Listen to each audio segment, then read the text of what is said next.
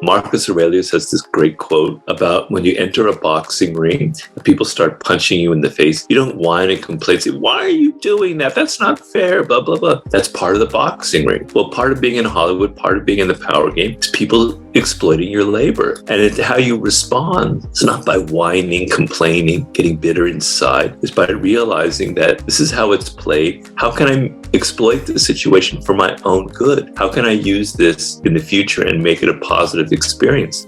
That feeling of having no control and how miserable it is. Related to that is the feeling that I'm trapped in this role in life that is not of my own choosing. That people see me as a writer, a secretary, or whatever, and it's not what I want to be. And that's how everybody judges me, and you feel trapped and you have no power or control. The opposite of that is this feeling that you can be whatever you want. You can recreate yourself. You can suddenly have a different persona. You can change your personality. By the way, one of the actual other laws is you can act like the king already. So in a sense, I found those two working together. You can recreate yourself, and the other law was be royal already. So maybe that's what you need to recreate yourself into.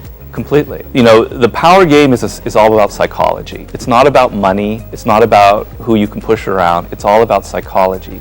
I say we all want to recapture our childhood, but a lot of times we think of that, we want to recapture our good looks, or that kind of happy feeling we have when we were children. I'm saying what you really want to recapture from your childhood is your mind. The fact that you had this very fluid mind that was open to experiences, that could take things in for what they were and learn from them and absorb. That kind of mental fluidity is the foundation of any great strategist. And oddly enough, the greatest of them all, like Napoleon, Hannibal, they all had this kind of childlike capacity to just simply take what was coming at them and not bring their own preconceptions to what was going on. Success is very, very dangerous. Success is much more dangerous than failure. Failure makes you look at yourself. When I failed with my body after my stroke, I had to look at my own limitations. Whereas success is like a drug. Wow, I'm a god. People love me. Everything I say is wonderful. Everyone's going around thinking, God, you're so great, Robert. And slowly your feet raising lower, higher and higher off the ground. You lose contact with reality and boom, you fall down because you don't realize that success often has a great degree of luck. You're discounting the luck involved. You're discounting the role of other people that helped you to get there. You think it's all about you. So you take actions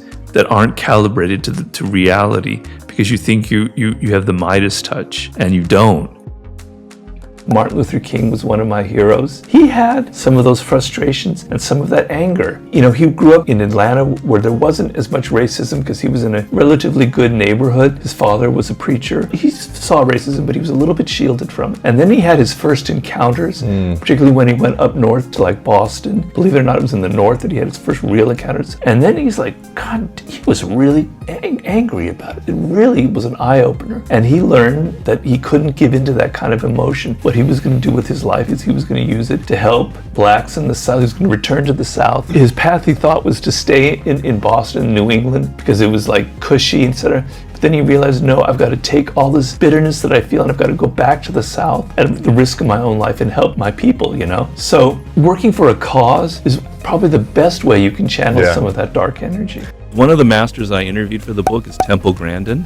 Oh, Temple? yeah. I saw the film that Claire Danes portrayed, yeah. Well, she's a woman born with autism who's now a very successful scientist, a professor of animal studies. And, you know, autism, she had, when it comes to people skills, she's way on the other end there. She basically trained herself how to work with people, how to be around them. She said it was almost like a science equation. She approached it as if it were a computing problem. Okay, this is what people do. All right, I'm going to have to try and be like that. Right. When I'm sitting there giving a lecture and I'm reading my note cards, oh, the audience hates that. All right, I'm never going to read from. So she studied it like it's a science thing, and now she's like a really good public speaker. One of the greatest male seducers that ever lived was Errol Flynn, the actor. The power that Errol Flynn had, I had to study it and figure out what was the secret to his success. It wasn't really anything he did. He was completely undefensive.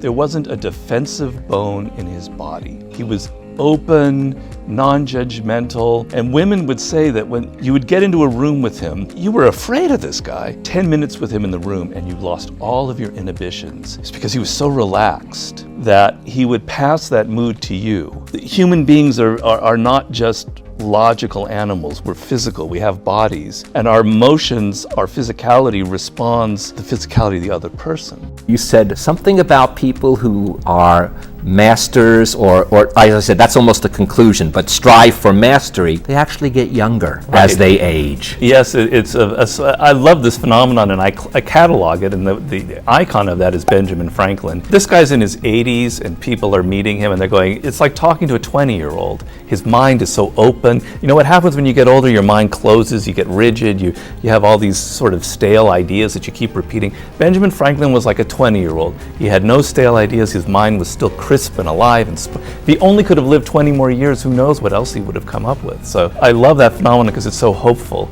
Maybe I can be like that as I get older.